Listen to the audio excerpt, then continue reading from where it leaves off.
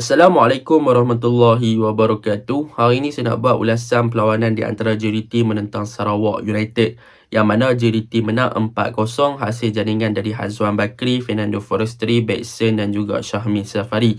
Pada perlawanan ini memang boleh dikatakan keseluruhan perlawanan dikawal dan juga dikontrol oleh pasukan Johor Darul Ta'zim in term of attacking, dan di bahagian pertahanan pula Adam Nur Azlin dan juga Shane Lowry bertindak dengan sangat bagus untuk menghalang gerakan counter attack yang cuba dilakukan oleh pemain-pemain Sarawak United ketika mereka berjaya mematahkan serangan JDT. Tanpa membuang masa, mari kita masuk ke dalam ulasan perlawanan. Untuk ulasan perlawanan kali ini, saya akan mulakan dengan pasukan Johor Darul Ta'zim. Apakah perkara yang saya suka tentang Johor Darul Ta'zim pada perlawanan ini? Yang pertama adalah dari segi mereka build up menggunakan bahagian pertahanan.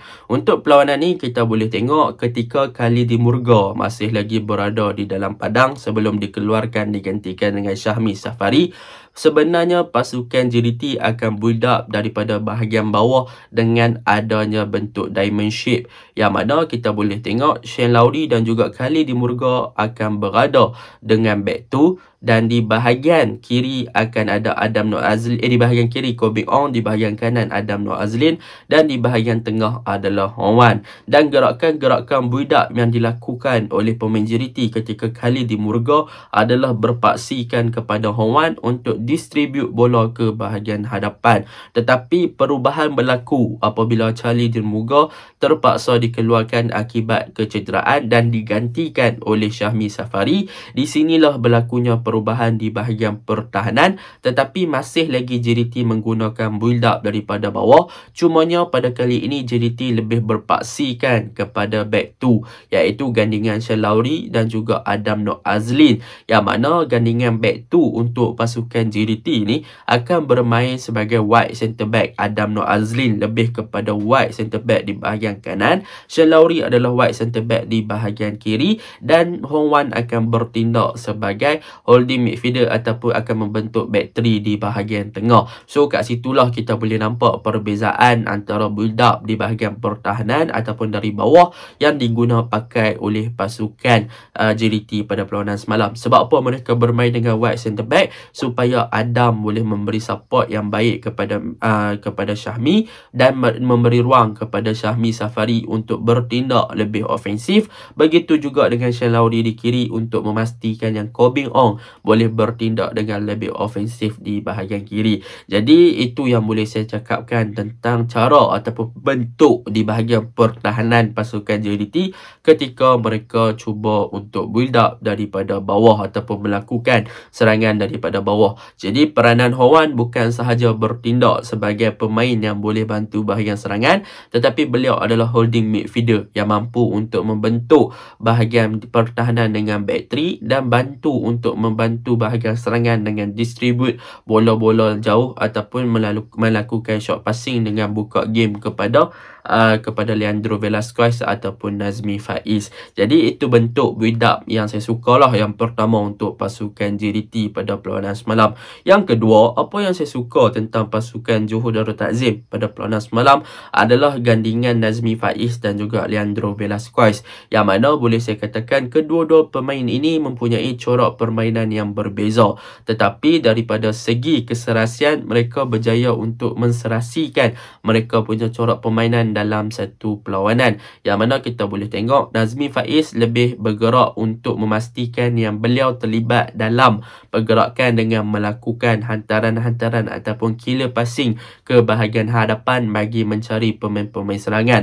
Manakala untuk Leandro Velasquez, beliau lebih mobile untuk bergerak dengan lebih bebas bagi menjadi general playmaker bagi pasukan JDT. Jadi untuk pasukan JDT mereka ada two types of playmaker, yang mana Nazmi Faiz more tu untuk melakukan hantaran ataupun box to box player, melakukan hantaran kepada bahagian hadapan ataupun ada peluang dia akan shoot daripada luar kotak penalti, berbanding Leandro Velasquez yang lebih mobile untuk bergerak lebih bebas bagi mencari ruang kosong, bagi mencari space untuk menerima bola ataupun bagi menjadi connector ataupun link up dengan baik antara bahagian serangan iaitu Hazwan Bakri dan juga Bekson di first half, dan di second half Forestry serta pemain-pemain yang lain Sumareh dan sebagainya. Jadi benda tu yang saya suka di bahagian midfield pasukan JDT. Jadi untuk bertahan mereka dah ada Hong Wan, so tak perlu nak risau dah kan benda-benda yang macam tu. So Leandro dan juga Nazmi akan lebih memfokuskan untuk bertindak bagi membantu bahagian serangan sahaja.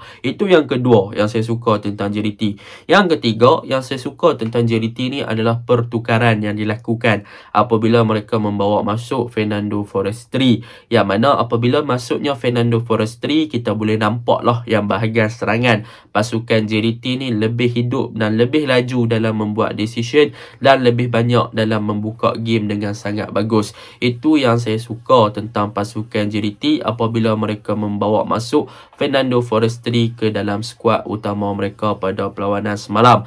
Jadi apa yang boleh kita katakan, kemasukan Fernando Forestry telah memberikan impak yang positif kepada pasukan JDT, dengan hasilnya beliau berjaya untuk memberi satu assist kepada Syahmi Safari. Dan itu yang ketiga yang saya suka tentang JDT pada perlawanan semalam.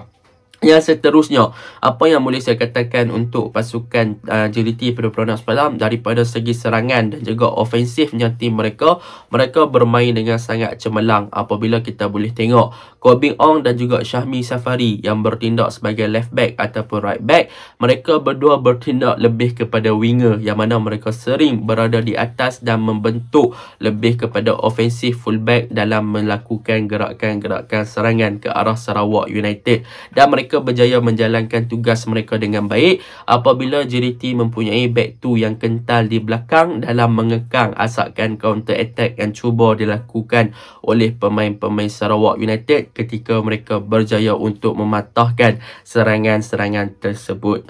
Jadi itu yang keempat. Dan yang terakhir yang saya suka adalah tentang Hazwan Bakri. Hazwan Bakri ini adalah game kedua beliau diturunkan dalam first 11. Sebelum ni lawan beliau berjaya untuk menjaringkan gol, dan pada perlawanan semalam beliau sekali lagi boleh menjaringkan gol. Sepatutnya beliau boleh menjaringkan 1 ataupun 2 gol, tetapi sayang sekali beliau hanya menjaringkan 1 gol sahaja. So mungkin boleh saya katakan daripada segi konsistensi beliau telah menunjukkan peningkatan, dan saya harap daripada segi finishing dan juga peluang-peluang yang ada beliau boleh manfaatkan lagi pada masa yang akan datang. Jadi secara kesimpulannya, semalam JDT memang adalah pasukan yang lebih daripada layak untuk menang dengan corak permainan yang sangat-sangat ofensif.